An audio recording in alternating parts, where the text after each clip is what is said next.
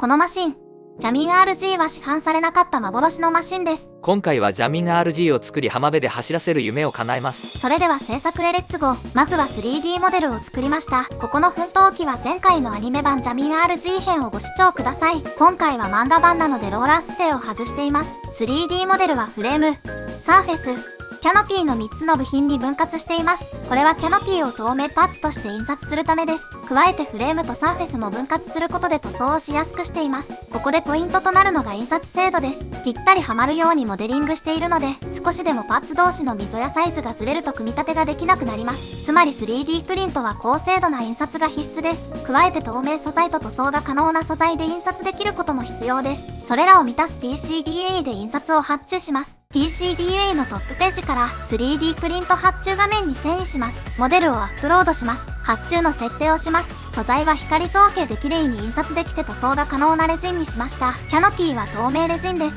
他の設定はデフォルトです。製品の説明は輸出統計品目標を見て適したコードに設定します。あとは発送情報などを入力して発注完了です。製造ステータスも確認できます。届きました。9日発注で到着は20日でした。出来上がりを確認します。積層式 3D プリンターだと目立つ積層痕が見えないです。この滑らかさが光造形 3D プリンターの特徴です。さらに印刷精度も高いです。サーフェス部も滑らかな仕上がりです。キャノピーは透明レジンで印刷しました。しっかりと透明感があります。好きな透明パーツを自作できるのが非常に良いです。これらのパーツの洗浄と脱脂をしてきました。これから塗装をします。今回は初めてのエアブラシ塗装にチャレンジします。まずは下地にサーフェーサーを吹き付けます。細かい凹凸を埋めたりカラット量の密着性を良くしたりします。サーフェーサーには造形村 GK サーフェーサーを使っています。3D プリントの素材がレジンなのでレジンに対応しているものです。色は黒です。下地を黒にして重厚感を出します。フレーム全体に塗り残しがないようにいろいろな角度から塗ります。垂れないように薄く塗っては乾燥を繰り返して塗り重ねていきます。フレームにサーフェーサーを塗り終えました。垂れも塗り残しもなくグッドです。サーフェス部にサーフェーサーを塗ります。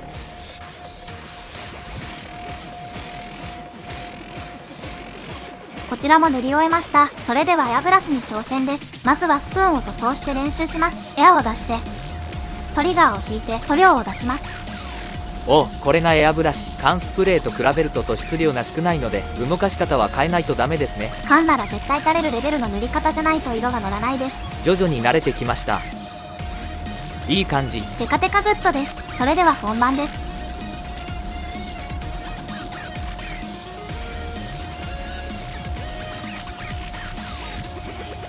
だいぶビビってますね。まだ勝手が分かっていないです。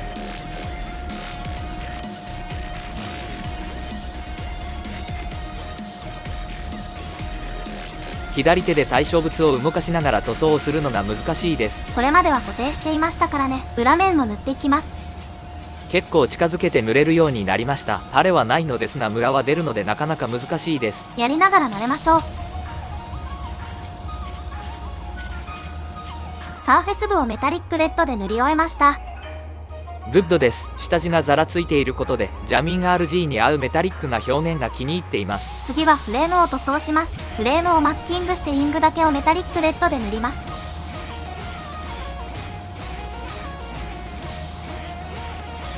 こちらもいい感じです。黒フレームに赤ウィングも合いますな。次はヘッドライトをメタリックグリーンで塗ります。ヘッドライトはシェルが緑でレンズがシルバーになります。レンズを塗るためにはシェルをマスキングする必要があります。マスキング具を印刷しました。マスキングテープをヘッドライトのレンズ通りの深淵に切り出すのは難しいので深淵を 3D プリントで出すことにしました。これによりレンズにぴったりマスキングができます。レンズをシルバーで塗ります。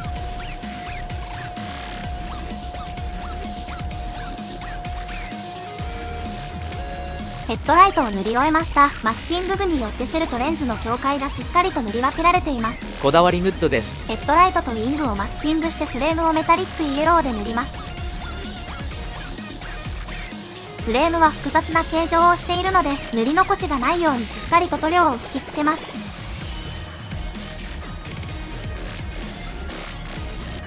フレームを塗り終えました。最後にキャノピーのエアダクトを塗ります。透過性のあるキャンディレッドを吹き付けます。透明パーツであることを生かします。すべてのパーツへのカラー塗装が終わりました。サーフェス部、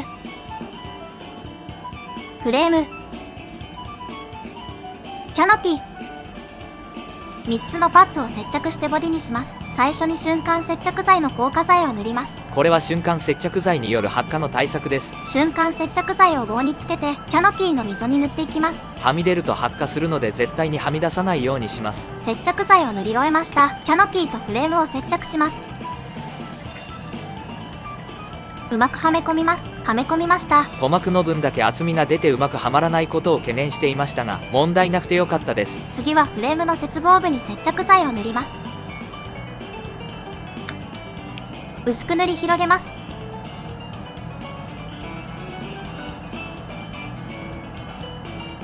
フレームにサーフェスをはめ込みます。接着完了です。クリアを塗ります。透明レジンは紫外線で黄ばむことがあります。そのため紫外線カットのクリアを使っています。塗装完了です。楽しかったです。仕上がりを確認します。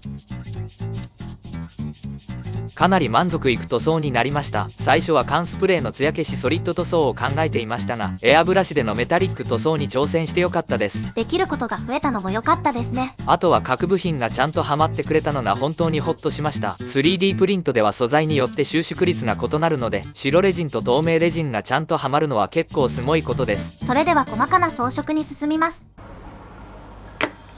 メッシュを貼りました。分かりにくいですがサイドに赤色のメッシュを貼っています。こちらも漫画祭伝です。そしてもう一つ大事な要素があります。それはウィングです。マンダバンダとジャミンという文字がウィングに書いてあります。ここも再現します。この書体はないので生成します。プロンプトは求めていることをそのまま書きました。その結果一発でいい感じの画出力されました。驚きです。あとは底面の1本線がいらないのでそれをプロンプトに入力してできました。かなり求めていた文字です。印刷します。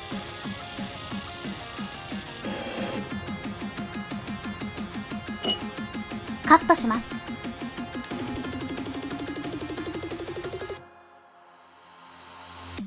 文字シールができました。貼ります。透明シールが思った以上に乳白色でした。インクジェットで印刷できるより綺麗な透明シールがあればコメントしていただければ助かります。イングにシールを貼りました。フロントのエアダクトも再現します。いい感じになりました。これでボディは完成です。こだわりが詰まったいいボディになりました。グッドです。シャーシはアニメ版のものと共通です。これで全てのパーツが揃いました。